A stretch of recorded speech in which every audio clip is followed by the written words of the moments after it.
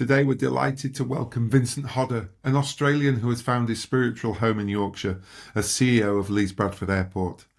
A true citizen of the world, Vincent shares his career journey working in the airline and travel industry across many diverse cultures, from Australia to the Middle East and from Japan to Mexico. He shares how there's some fascinating insights as to how their unique cultures have moulded his leadership style today. He outlines the ambitious plans of transforming Leeds Bradford Airport, including the £100 million investment in infrastructure, aiming to create a modern airport that meets the needs of its customers and the local community. Essentially, delivering an airport that Yorkshire can be proud of, whilst tackling the important issues of climate change and global warming. Finally, Vincent shares valuable career advice about embracing the journey and gaining diverse experiences, rather than rushing to advance your career too quickly. I hope you enjoy.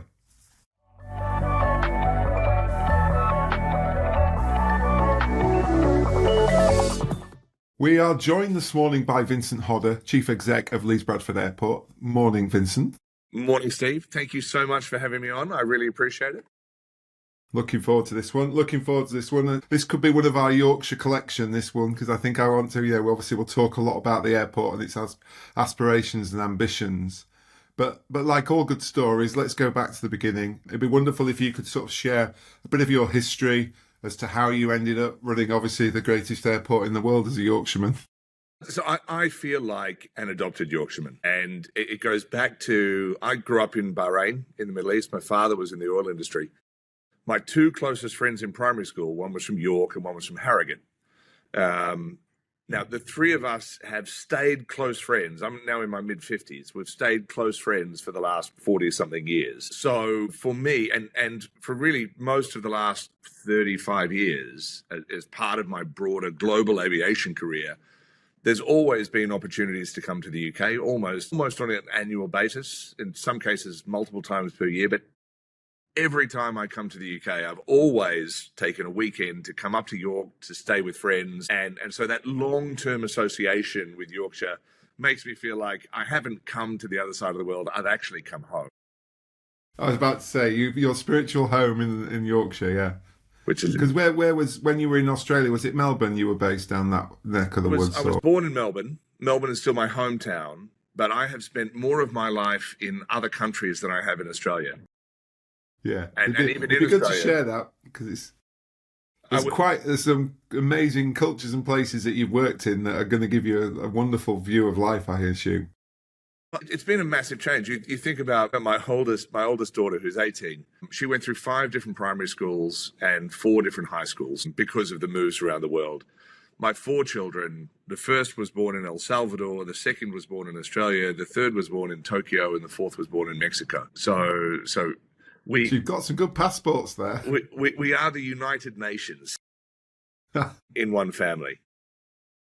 And that's not only has that formed their views of what the world is like, it's absolutely formed my view of what the world is like. And having grown up in Australia, Bahrain, and the US, I think I was prepared from an early age for being adaptable to different cultures and being excited by moving from place to place and experiencing things from a very different perspective.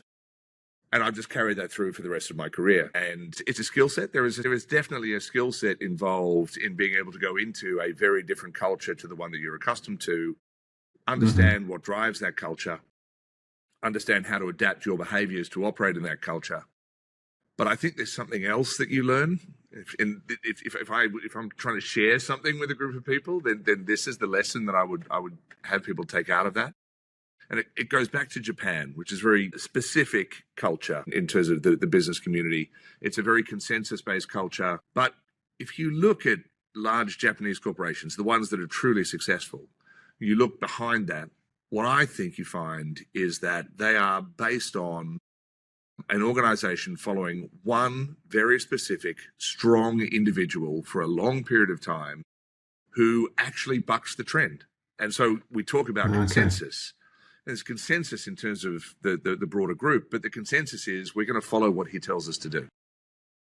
So that sort of someone who's challenging a market and then they get behind it and make it happen. Yeah. So you think about that with Nintendo, you think about it with Sony, a lot of these large corporations. There is one individual sitting at the center of that who is the fount of all wisdom for the organization, and the level of respect and the sort of following of that individual's value system there, that's actually what seems to drive success in Japanese culture. Not necessarily the operation of all businesses, but the ones that stand out as truly successful. And as I went into Japan, all the advice that I've received is consensus-based culture. You have to be a lot softer. You have to take people on that journey with you. And that was really difficult for me as a Westerner to try and do with a Japanese audience. When I started accepting the fact that I am an Australian, and realizing that they're going to make exceptions for me because they see me as different, that actually allowed me to be far more effective by playing more to my natural style and being an inspirational leader as opposed to part of the consensus group. That was when we actually delivered the best results out of that outcome. And so you really have to analyze each culture and understand not just what is the culture in the way that it operates for those individuals, but also what is the interplay between your natural culture and their culture? What can you get away with that actually allows you to stand out, to be slightly different, but still to be effective? It is, isn't it? More and more now, the strong leaders in business are the ones that have the following, because people want to understand why they're getting up every morning and going to work and what is the outcome, and having that vision laid out for them is what they can get behind. And there's so many more ways now for people to hear your voice or anybody else's voice than ever was, and think that's fascinating though, isn't it? So you could have really cocked up there if you'd gone with your preconception of what everybody had said, and then suddenly you saw this, actually, if I'm strong and clear, I'm going to do really well with this. Because most of the background has been in aviation, hasn't it? I mean, you've worked for some incredible businesses. Yeah, I did. So I spent 7 years at the start of my career working for British Petroleum in oil, followed in my father's footsteps into the oil industry. Following in Dad's footsteps, yeah.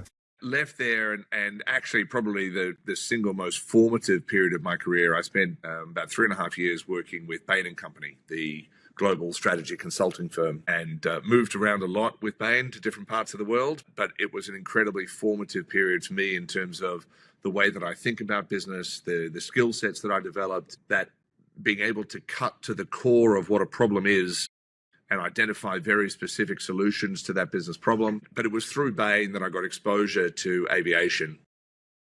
And once the kerosene got into my bloodstream, it's been very, very difficult to live without aviation in my life. It's interesting, isn't it? In a lifetime of change and movement, the common thing have been airports and airlines. Obviously been constantly soaking in what's good, what's bad, how can I improve it? And it's interesting, did the training and the development that was done at Bain give you some really good models of how to approach and how to solve commercial and business problems and leadership and things? Absolutely. You know, I mean, BP was a great training organization and still is a great training organization. So it developed a lot of good management skills and disciplines. And then I went and did an MBA, which was about exposing myself to a lot more and trying to prepare myself for senior leadership positions. And I felt like I learned more in my MBA than I had in my 7 years at BP. It was a great mind-opening experience. I thought I knew everything when I came out of my MBA. And when I started as a consultant, realized that I knew nothing at all. Yeah. Here, welcome to the real world. Yeah. It's the practice, not the theory.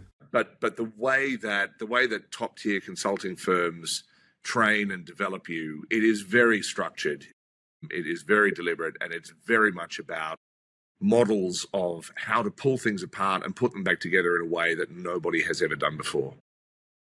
And so every case is the same, but every case is different. It's not necessarily cookie cutter, because it's not just doing the same things and getting the same answer. It is having a toolkit which is drilled into you right at the start, which you then use in different ways given different situations that you're faced with. But there is a great skill in strategy consulting in particular, as opposed to other forms of consulting, about how you break down a problem into its component parts and how you solve the component parts of a problem to create an overall solution.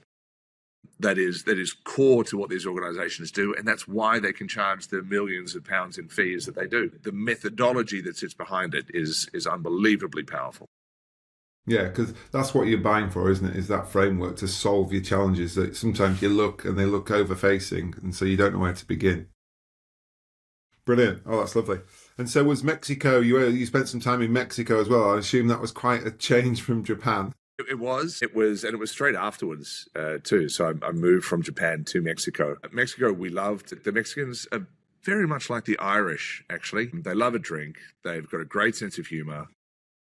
They swear all the time, and they're really dynamic. It's a really great country, fantastic people, great food.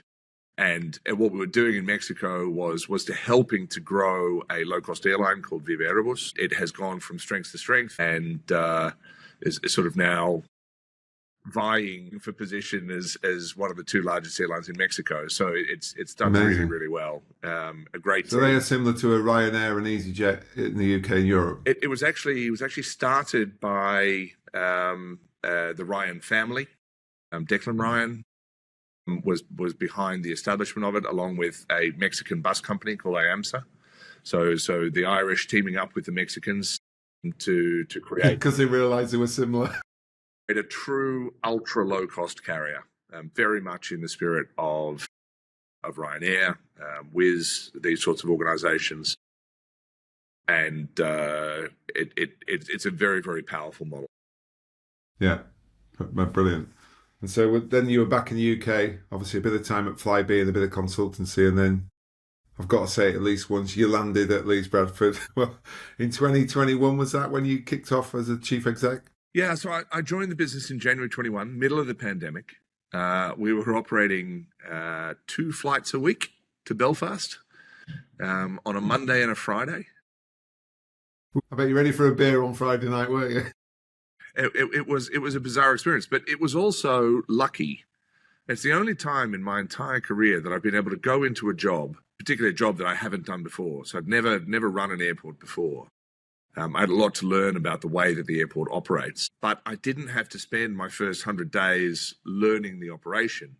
I was really able to spend my first 100 days really understanding the underlying nature of what this business is, how it works, what's wrong with it, and to be able to come up with a really compelling story and a compelling pathway that was going to allow us to emerge from the pandemic a much stronger, much more effective business, and ultimately increase the value for the shareholders and increase the quality of the experience for customers. And so that was a luxury that I've never had before. I'll probably never have again, to have that clear window to really think deeply about what this business is. And so far, everything that we worked through, all the challenges that we thought about, all of the opportunities that we thought about, have all proved to be better than what we originally anticipated. And we're now performing at a level where we're almost double the level of profitability that we were pre-COVID, on basically marginally more passengers than we had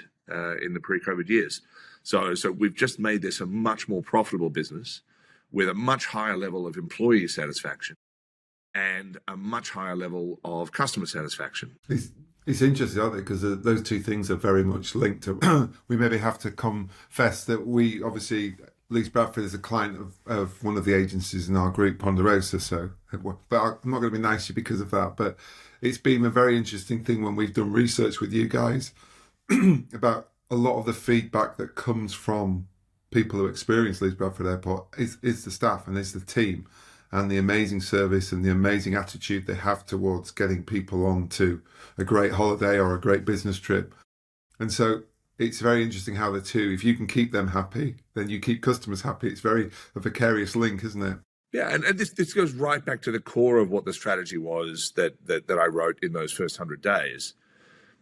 It was very clear to me when I was recruited, the shareholders were absolutely explicit that the objective for me as the CEO is to increase the value for the shareholder, that they see that as growth in profitability and developing a long-term pipeline for the business. This is what creates value for them.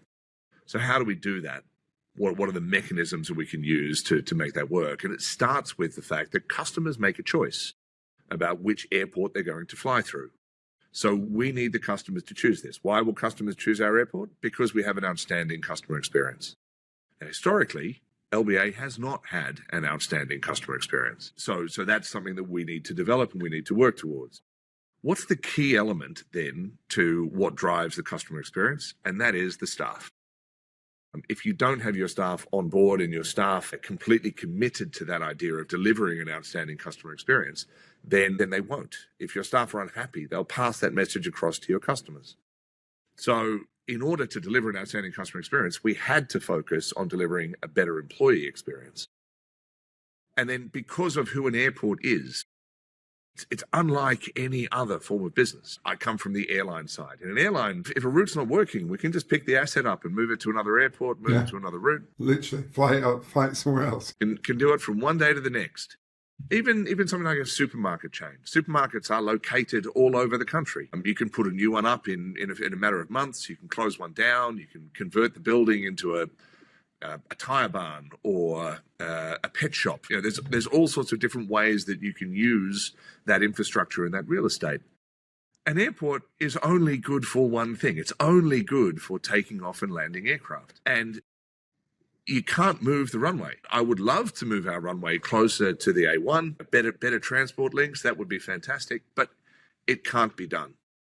So you have to recognize that the roots that an airport has in its local area, in its community, are much, much deeper than nearly any other business I can think of. Our local community are our customers, our local community are our employees, and our local community are also our neighbours. And so we have to think about how we engage with that local community and how we provide amenity to the local community as part of the social license, because aviation has impacts on people.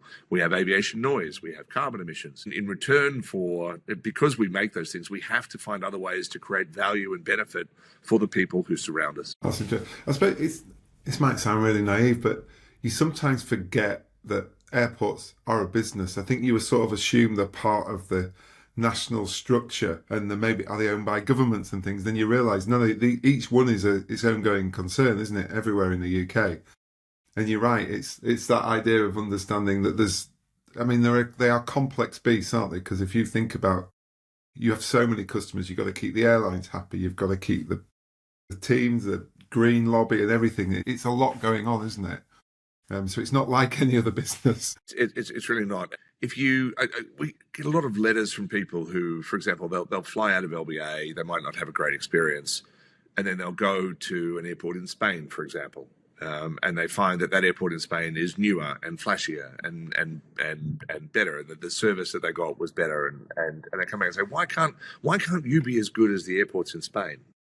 Well, one of the things you've got to consider is that not everyone, but just about all the airports in Spain are owned by Aena, which is a Spanish government-owned company, and it is part of the national infrastructure. It's still a company. It still drives for a profit motive, but not to the same extent as us.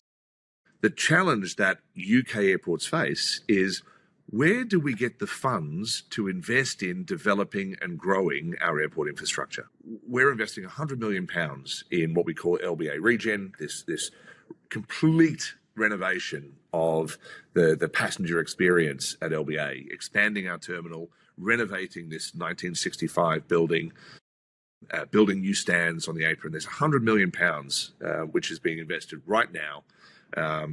With all of that completed by the end of 26, but the majority of the real impact on customers by the end of 25. That's incredible delivery, isn't it? So, you literally started putting the spade in the ground earlier this year on some of it, didn't you? Yeah. So March this year we started. So the expansion, which is the phase that we're working on now, will be completed by the 1st of May. That's about just over £30 million piece of work all by itself, but it creates brand new spaces that are modern and fresh and spacious, creates new amenity for the customer, a better arrivals area, better baggage claim, brand new lounges, brand new restaurants, more seating, just in that one zone of the airport. The second phase then is a renovation of the existing building, and anybody who flies through LBA will know that the layout of this airport is completely illogical. Yeah. It's something which has been Frankensteined over decades, using old buildings and trying to repurpose them in different ways. But what it's meant is that the flow through the airport just doesn't work. There are infrastructure bottlenecks all over the place. We fundamentally have to strip out everything through that building and start again to deliver a completely different flow, something which is much more consistent with what customers' expectations of a modern airport are. But logic, at the moment, our two check-in halls are located one on either side of an arrivals area. So we've got traffic crossing in three directions as people try to migrate their way through the airport. We get them to check in at one end of the airport, and then they have to walk right to the other end of the airport to go through security. Then they have to walk back to the other end of the airport again to go upstairs and move back through the airport. You get your steps up. To departures. You do get your steps up. Our cleaners do about 26,000 steps a day, walking backwards and forwards, trying to clean the airport. On the arrivals journey, it's completely the opposite. We have the majority of the aircraft located at one end of the airport and the arrivals facility located right at the other end of the airport, at the furthest point away from where the aircraft are. These things don't make sense, and they create an incongruous journey for our passenger.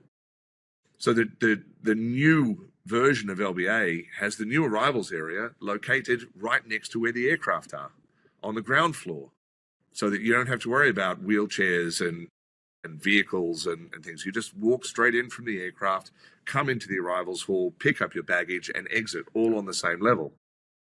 All of the departures journey is now, you go through security on the ground floor, up to the first floor, and all of your departure journey is on the first floor, from one end of the airport to the other. I mean, you just drop down to board the aircraft. So these flows will be much better, and the experience that people have of the airport will be significantly enhanced, not only by the quality of the infrastructure that we're building, but by the thought process that's gone into creating just a much more consistent feel to what that journey actually is, and how you negotiate the airport on your journey. And like you say, you've got such a legacy, haven't you, to deal with? It's like, going back to your example with the Spanish airports, they're normally built on some brand new land, put a runway in, and they've got this, they could just start from scratch and get it right. But no, that'll be welcome. So it's nearly like getting the infrastructure at Leeds Bradford up to the level of the quality of the service of the team, isn't it? And you can match the two. That's going to be quite a combination.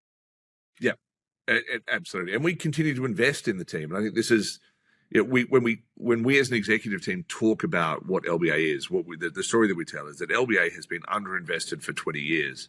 But that's not just underinvested in terms of the infrastructure. It's also underinvested in terms of investment in our staff, investment in our service proposition.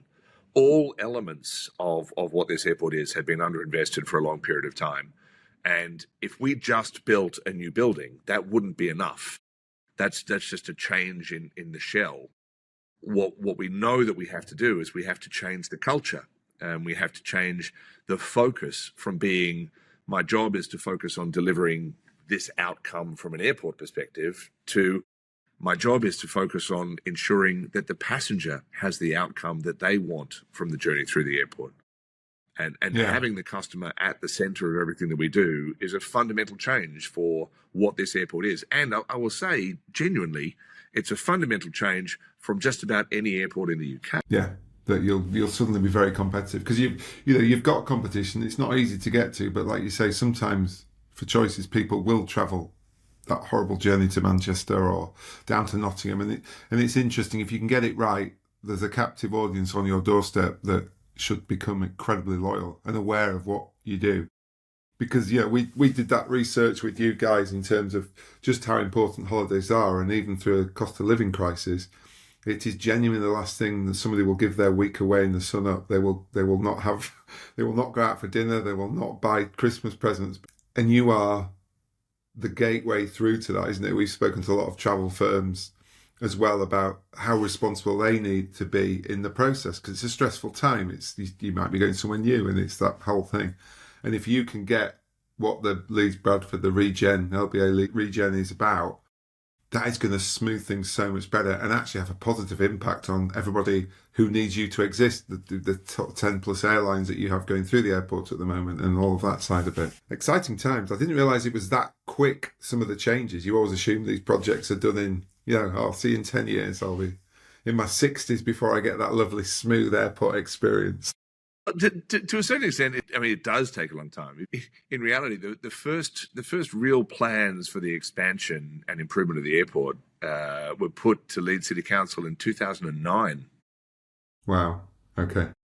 The plan was approved but never executed. The second planning approval was in 2019, which is actually the planning approval that we're using. So this particular expansion of the airport that we're doing was approved in 2019, at which point a new CEO had come in and decided he didn't like that plan. He wanted a different plan, a more ambitious plan, which was the planning approval that went to the council in February 2021. Approved by the council, but then called in by the Secretary of State almost a year later. So we sat for. Was that because it was just too big, wasn't it? It was just too ambitious and too much change and impact? I think it was just well structured opposition. Okay. And I think there's a massive lack of courage in English politics. It's something that with the support of the council should have just been approved and passed through, but I don't think people in Westminster. Somebody tapped somebody's shoulder. Wanted to be seen to be supporting the level of airport investment around the country that airports were asking for. Yeah. So to a certain extent, it's a very long journey. But what that 11-month delay that the Secretary of State put into our process did, well, we couldn't advance on our development plans. So we said, well, okay, let's put some time into thinking about a plan B, just in case there is a problem getting this approved. What would we do? And so we went back and had a look at the 2019 approval, realized that in and of itself, just that expansion and the expansion in the way that it was planned to originally be done wasn't really going to work very well. It didn't add to the airport what we wanted. But if you combined that expansion with a renovation of the existing terminal and you made it all work together in a much more coherent way, actually, we could deliver the same level of increased capacity at a significantly lower cost and actually end up with a larger airport footprint than we would have had by building this more than twice as expensive brand new terminal in a different location on the airport. A bit more pain during the construction process because we're constructing in a live operating environment, and that's going to cause passengers are going to have to be rerouted around work zones. There's going to be noise and dust that we wouldn't otherwise like to have in our terminal. But I think for the longer term benefit, I think customers are prepared to put up with that for 12, 18 months. Yeah. Because of what they're going to get at the end of it. And because it's more affordable, it's much more within our power to be able to deliver it. I could not raise £250 million to build Project Sky, the brand new terminal, but I was able to raise £100 million of junior debt at a very expensive interest rate to be able to build everything that we need to build to make this happen. And so it's fully funded. It's based on existing approvals, so we don't require any further council approvals. We have the power to deliver this. And right now, we are on time, effectively on budget. I think we might be 2 or 3% over budget for the first phase. But in a modern construction infrastructure project, you're not doing the grand designs. Being 2 to 3% above our budgeted cost, that's pretty much in line as far as I'm concerned. Yeah. And so we're allowed a bit of variance, aren't you? This is a great place to be for infrastructure, and everybody at the airport is so proud of the fact that we're finally starting to deliver the promise that we've been making to our local community, that we will give them the airport that Yorkshire deserves. Yeah, it's an interesting line, that, isn't it? Because it is, and you look at the size of Yorkshire and the pull of Yorkshire, it just needs to match that as a county and as an area. And beyond as well, because you can then start to nick them from the other airports, can't you? As it being a destination. Absolutely. So at the same time, are your team looking? I think I've read some stuff about you looking at some potential more long haul stuff, or at least connected long haul stuff. Is that part of the ambition now to match this new infrastructure and new service? It's a little bit more specific than that. So there's been an evolution in aircraft technology.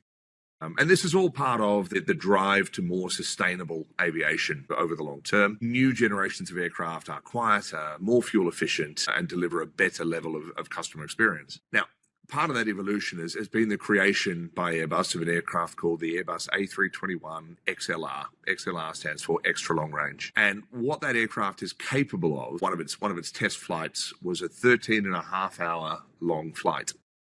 So that aircraft is capable of flying much longer distances than any narrow-body aircraft has. So that's not one of the big Airbus that people would think are the jumbos. It's a plane you'd see at your local airport that can fly the same length as those things. Yeah, so it flies. I would really call it medium haul as opposed to long haul. I'm Australian. For me, long haul is 24 hours. Yeah, I say it's 24 hours. Yeah, but you can stop for a little rest somewhere sometimes, can't you? 13 hours is stretch the legs.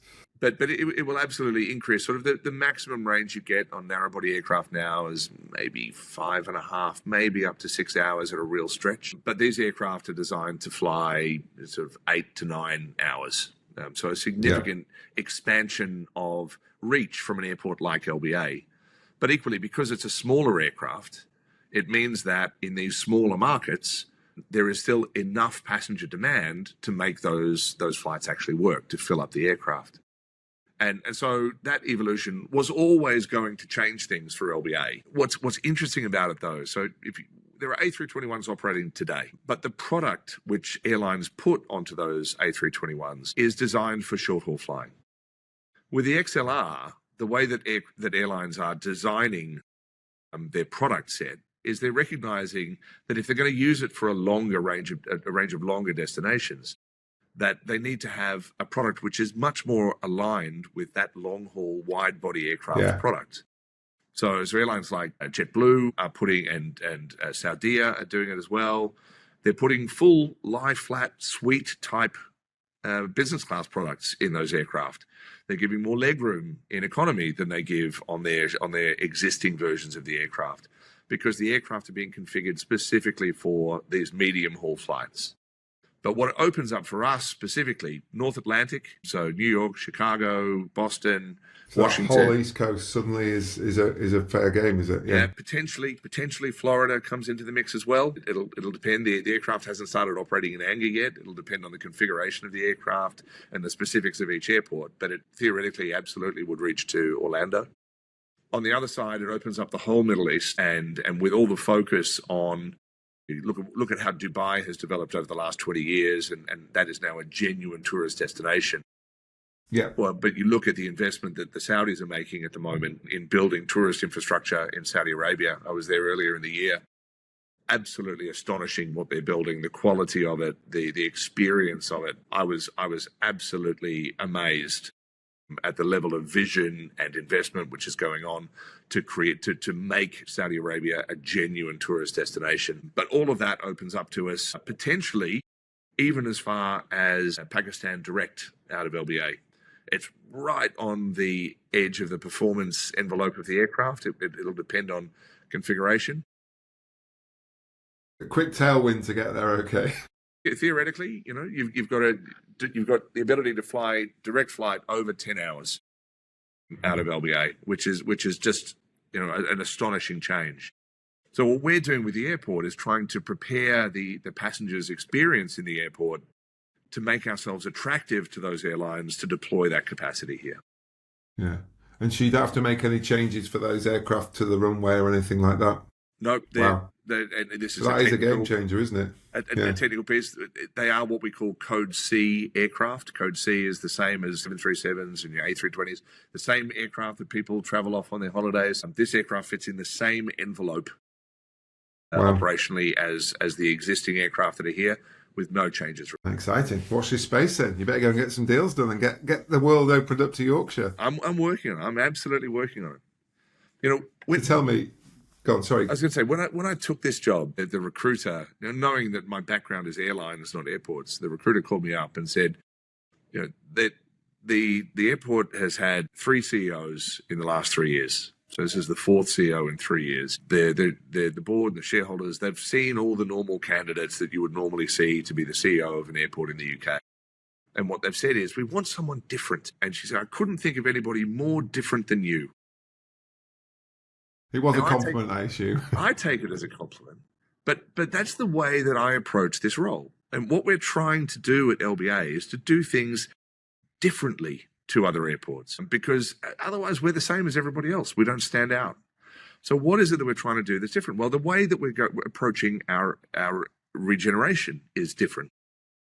We're spending about £50 per passenger and per unit of annual passenger capacity. So for each one additional passenger of capacity that we're building, it's costing us £50. About 2 million additional passengers, £100 million. If you look at most airport developments, you'll find that, and actually the number is in US dollars, but it's between 200 and 400 US dollars per incremental annual passenger. So we're building our infrastructure at less than half the cost of what an airport would typically deliver by the way that we're going about it and the partners that we're working with. You think about the way that we're reshaping our business and the way that we're investing in our staff. This is not normal for most airlines, the way that most airports, the way that we're doing that. But what's really cool, just talking about the way that we go about trying to convince airlines to come into the airport. What we did recently, we reached out to Loganair. It's really truly the last of the domestic UK airlines, and we said, like, we really need a flight between Leeds and London Heathrow. That's a connection that our market is telling us that they desperately want. And they were like, oh, look, not sure. I said, look, tell you what, just give us one day. Come down to our market for one day and let us show you what this is. So we brought them down, their CEO, their chief commercial officer, and their head of revenue and sales. We did a session with local travel trade in the morning. About 80 to 100 travel agents came along and spent 2 hours telling Loganair why this is so important to their customers and what the levels of demand are. We did a lunch organised by the Chamber of Commerce with small and medium-sized businesses and had them tell Loganair what it was for the business community and why this was important and how they would use it. We had a meeting in the afternoon with Tracy Braben and Susan Hinchcliffe from Bradford, and senior representatives from Leeds City Council, Bradford Council, and WICA, saying why it's important from a city development perspective and their level of support for it. And then finished the day with a dinner with the heads of professional services firms, large corporates, to have them talk about the corporate market and how they would use the services. And they were blown away. At the end of the day, they said, we don't understand why this isn't the way that all engagement between airlines and airports takes place. So powerful to hear the voices of the community coming through. And we're not there yet, but we're still working on that. Hope to have some positive news on that early next year, hopefully. But there's still some big question marks about, can we generate enough yield to make it profitable for them with their cost base and their aircraft and how that works.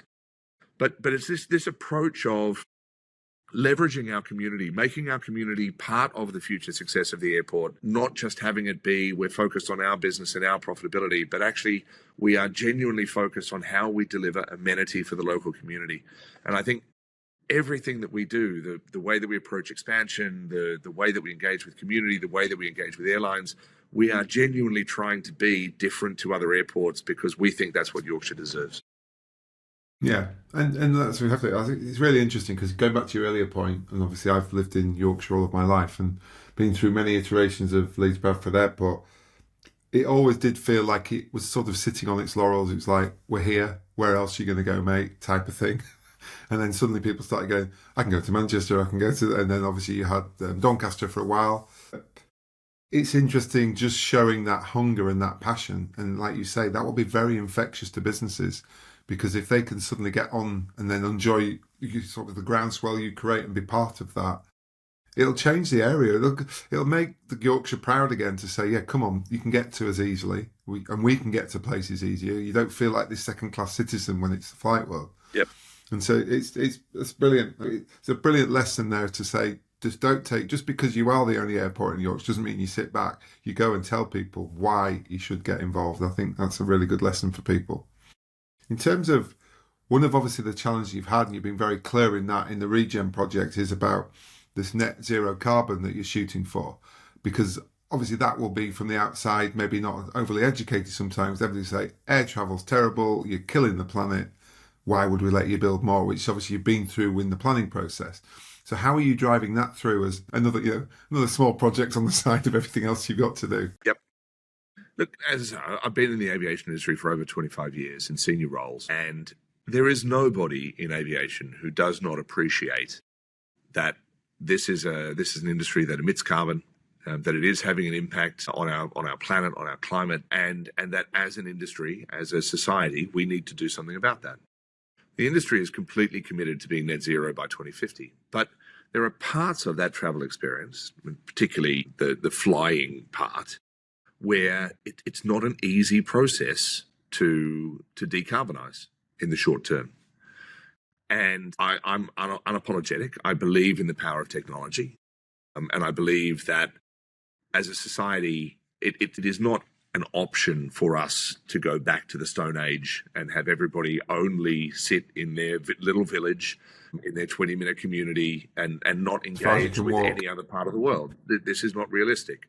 So we have to find solutions to these problems that allow us to decarbonize, and that we're going to need to make large levels of investment to make that happen. So given that the aviation element of that is going to take us longer to build the infrastructure and to develop sustainable aviation fuels and to develop hydrogen or electric powered aircraft to continually reduce those emissions, we as an airport, because it is easier for us to decarbonize our operations, even if it's a small proportion of the carbon, if it's going to take the airlines longer, then we as airports have to move faster. Yeah, so you balance that out, yeah. And so that's why LBA was only the second airport in the country to commit to net zero by 2030. We have already reduced our carbon emissions by over 50% since we made that commitment. The remainder, so we've got 50% left of that, half of that, another 25% of our original target will be removed through this regeneration process by the removal of all gas from the airport and electrification of heating and cooling and hot water. And we're left with a small amount left over, which is fundamentally about the fuel which is burnt on the airfield for fire trucks and vehicles moving backwards and forwards, etc., which will all be decarbonised before 2030 through a combination of electrification of our fleet, and some vehicles which are unable to be electrified will be switched across to a biodiesel, effectively the ground equivalent of sustainable aviation fuel. So we are absolutely on track for the delivery of net zero airport operations by 2030, but we go further than that. So we're currently in the process of implementing fixed electrical ground power on a number of our aircraft stands. That allows the airlines to take out the diesel burning GPUs, ground power units that they use to power the aircraft when they're on the ground. That's a further reduction in the aviation emissions. We're working on airspace change, which would allow for continuous descents into the airport, which reduces the amount of fuel which is burnt by aircraft in the landing phase. Compared to what we have now, it also speeds up the flight times, so reduces the amount of time that the engines are burning fuel for the same number of passengers. We've got lower prices for our airlines in terms of deploying their latest generations of technology in here, which burn less fuel and generate less emissions. You encourage them to bring that fleet, which is another benefit to the customer too, because they get a newer, nicer plane and experience. Yeah, smart, really smart. And it's quieter, causing less noise pollution for residents around the airport. So all of these things have positive benefits. We don't, while our initial focus is on what we can control, and we hold ourselves accountable that by 2030, the same target that Leeds has as a city for being net zero, we will do our part to support the city's commitment to being net zero. But we will continue to go beyond that in working with the rest of the aviation industry to work towards the decarbonisation of flight, the introduction of sustainable aviation fuels, and whatever technology. We've been very clear. We've looked at the plans.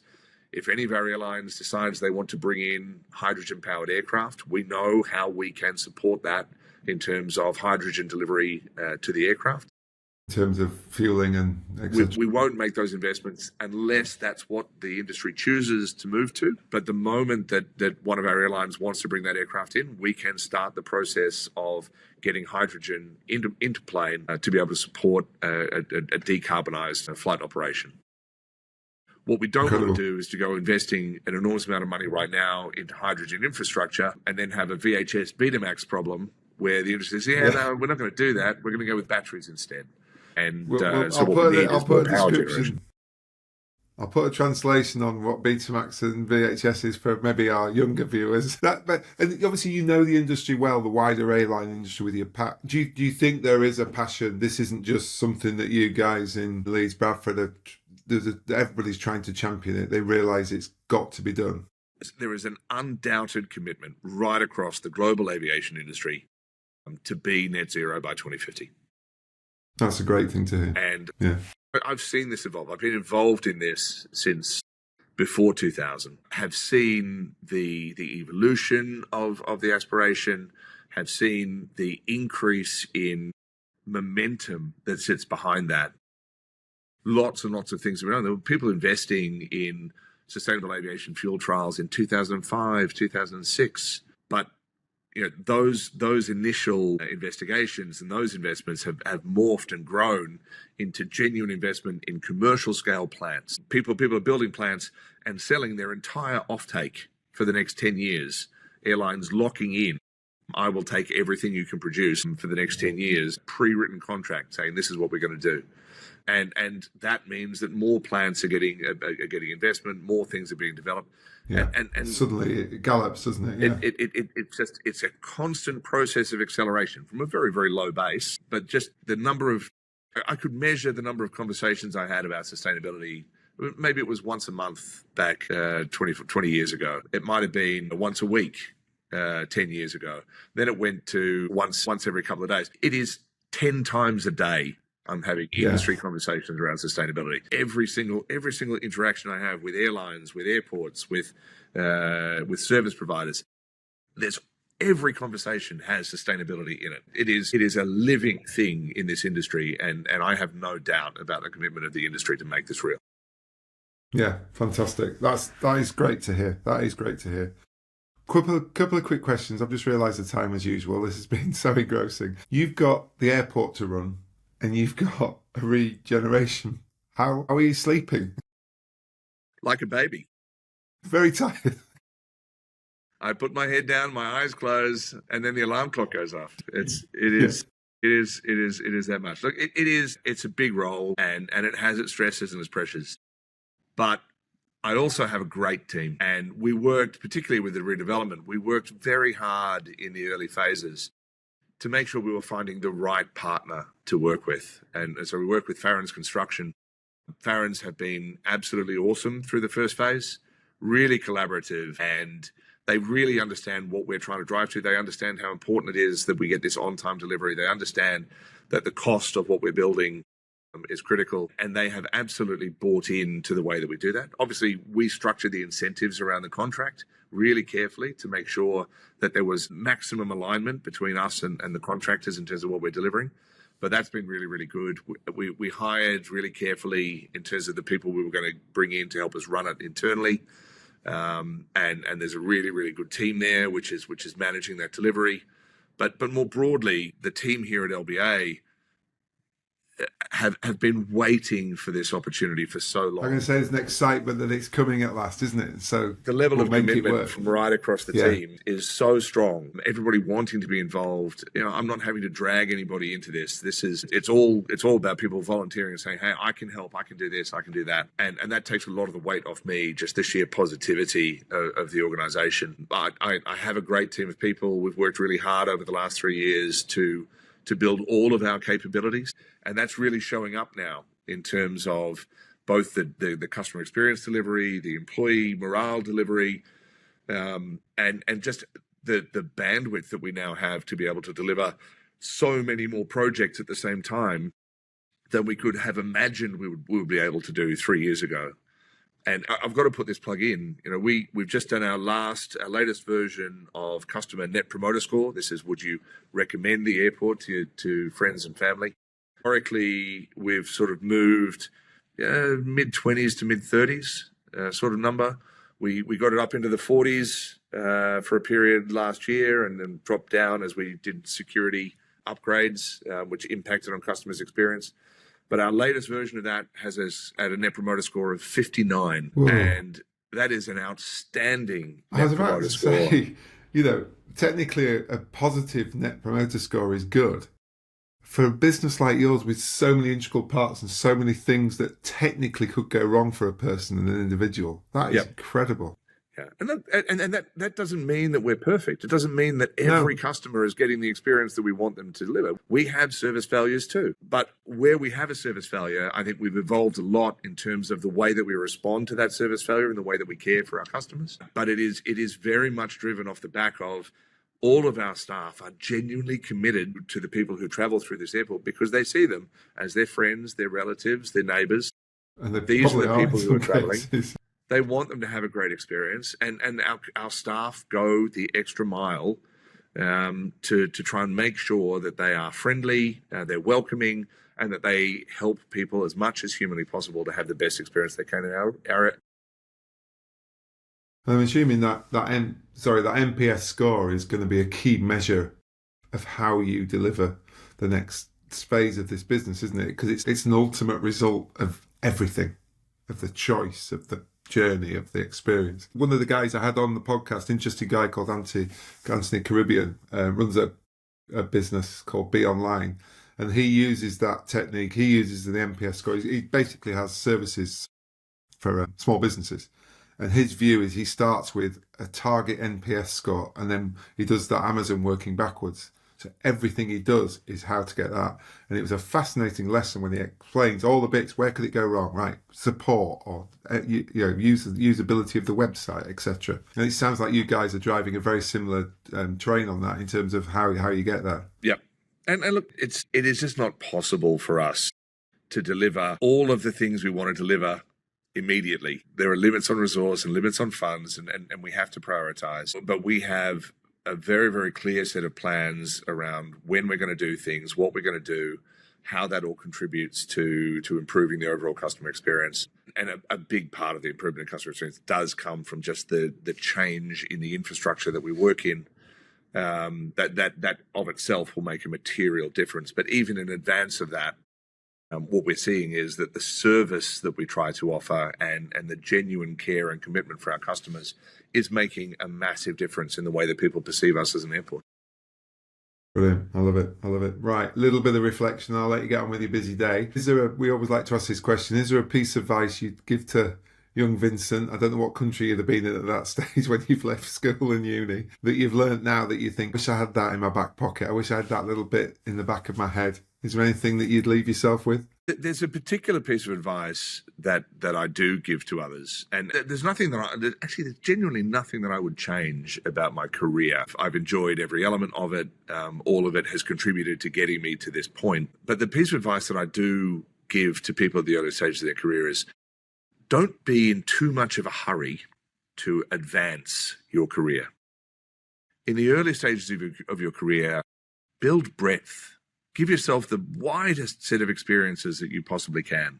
Change companies, change industries, change countries. Expose yourself to more, because I follow this sort of pyramid model of career development. And it sort of says the wider the base of your pyramid, then the higher your possible level of achievement over the course of your career. And if I hadn't had oil industry experience, consulting experience before I came into aviation, then I probably wouldn't be sitting as a CEO. I'd probably be some middle manager running some element of the business. But that breadth has given me an ability to look at things in a different way and not to be locked into a narrow worldview. And so that breadth is important, because you also, the first thing you try, while you may enjoy it, it may not be what your life's passion is. And if you're not trying, you don't know, do you, at that stage, if you're not trying new things, then you don't know where your true love lies. And by exposing yourself to more things, you start to get a sense of, I really enjoy this, I don't enjoy that. So I'm going to choose a career that allows me to focus in this area, not that area. And so it's relax. You know, life is a long road. Yeah. Enjoy the journey and don't be in too much of a hurry to race to the destination.